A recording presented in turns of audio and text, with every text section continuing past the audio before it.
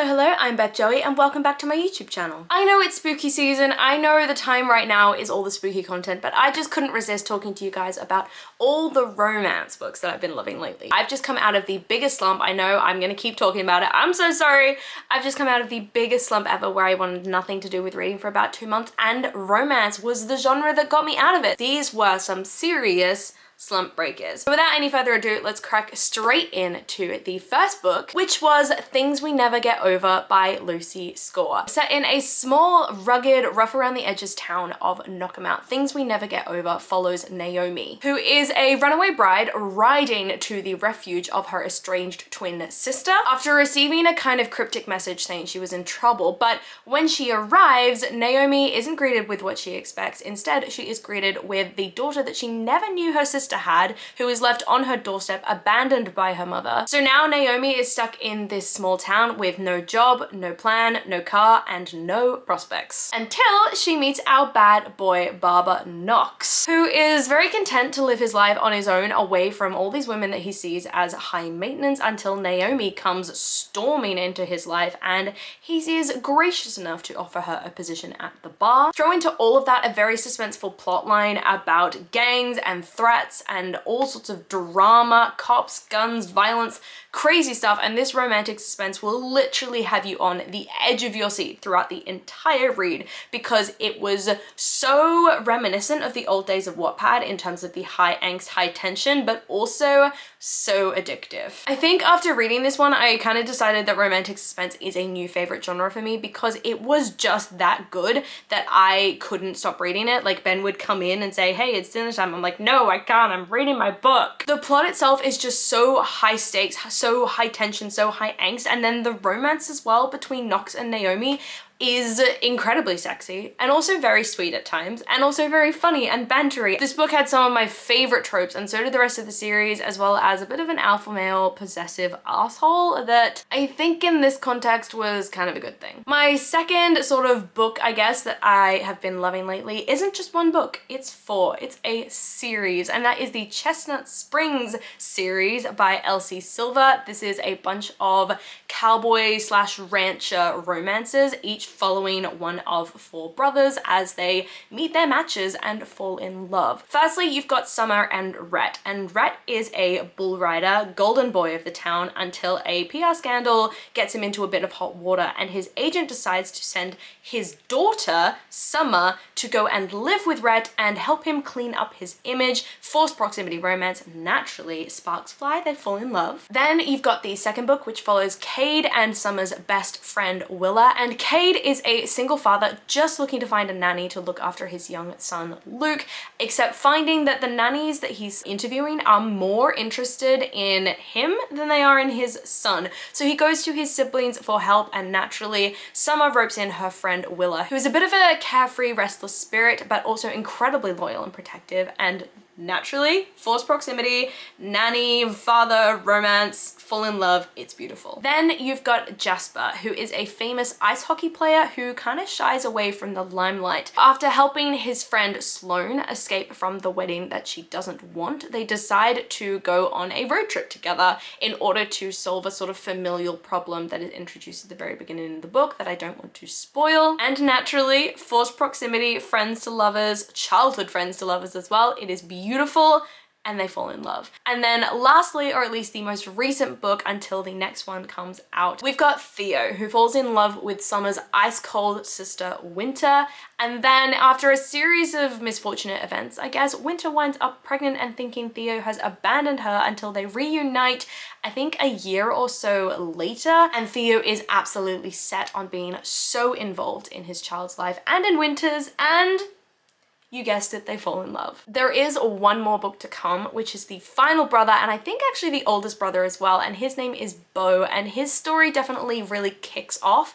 in the third book. He is related to the family crisis that Theo and Sloane are going to go and solve on their road trip, and I think his story is more about an army veteran dealing with PTSD from the traumas he experienced overseas, getting into a fake relationship for a reason that I don't remember or can't understand, or frankly I haven't done enough enough research into this book just yet. I love this series because it is swoony and amazing. It is also so mature in the way that all of these main characters are adults. So the way it handles third act conflicts is not the angsty, tension-filled things that you get in Things We Never Get Over. It's more mature and it's more considered, and it's just, they're so well built, these characters, that you just cannot help but fall in love with them and both want to be the woman in these romances or the man, but also never want to split up the beautiful relationships that are created in these stories. The third recommendation is a book that I think some people are a little bit conflicted about, but I loved it, and that is November 9 by Colleen. Hoover. I think this book is amazing, but I know a lot of people have an issue with it, and I don't know what that issue is. I think maybe because the ending goes a little bit haywire, but I thought it was a tense and angsty and really intense read. So November 9 follows Ben, an aspiring novelist, and Fallon, his unexpected muse, who meet one night on Fallon's last day in town and have a connection that neither of them has ever experienced before. So they decide that every year following then they will meet again on the exact same day and have no contact in between times, and just spend the time together, update each other about their lives, and see if their connection still exists or if it was a fluke. But as their relationship begins to develop and change, Fallon becomes unsure whether Ben is being genuine or if he is leading her along in this relationship for the ultimate plot twist. And plot twist this book had. It was so insane by the end, and literally I wish I could show you the reactions that I was writing down as I was reading this book, because so often it was like, oh my god, what the hell, what is going on right now? I didn't think it was gonna go this way. How is he involved in that? The whole thing was absolutely chock-a-block bonkers, and it was amazing. I couldn't put this book down. I was also absolutely stunned by this book's ability to make me fall in love with a relationship that the sum total of the time spent in this relationship was maybe 5 or 6 days, because they'd only actually seen each other once a year, those 5 or 6 days.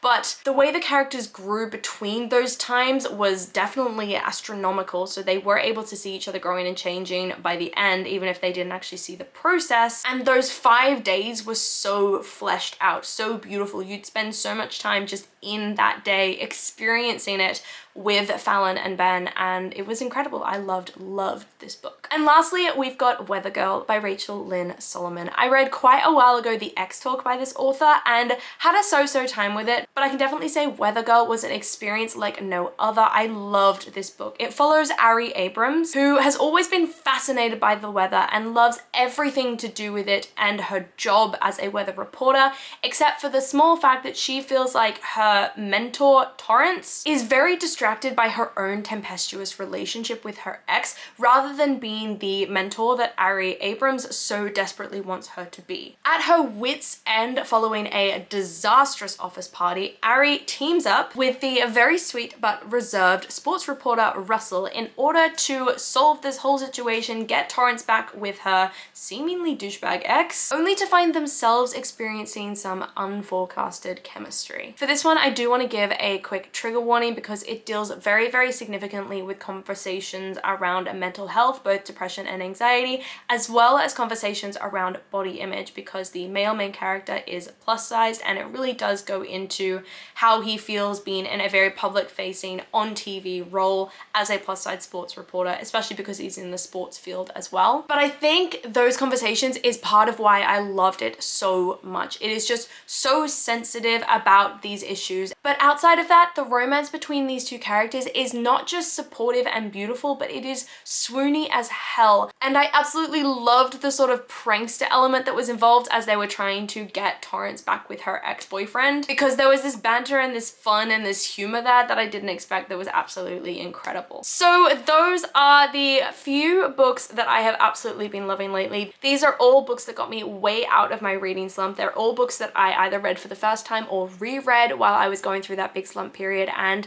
they made me fall in love with reading again. So I hope they do the same to you if you are in a slump and you haven't read any of these, or if you agree that these are incredible books. But I'd be interested to know what your get out of a slump books are in the comments down below. Do come and let me know, because I would love to have any kind of recommendations prepped and ready for the inevitable next slump that I eventually end up in. Come and chat to me in the comments down below. I love talking to you guys and I do my best to reply to every single comment. I really hope that you enjoyed this video, and if you did, please do let me know by liking, subscribing, and hitting that notification bell all down below. It's a super easy way to help my channel grow, and I will see you lovely people in my next video. Bye!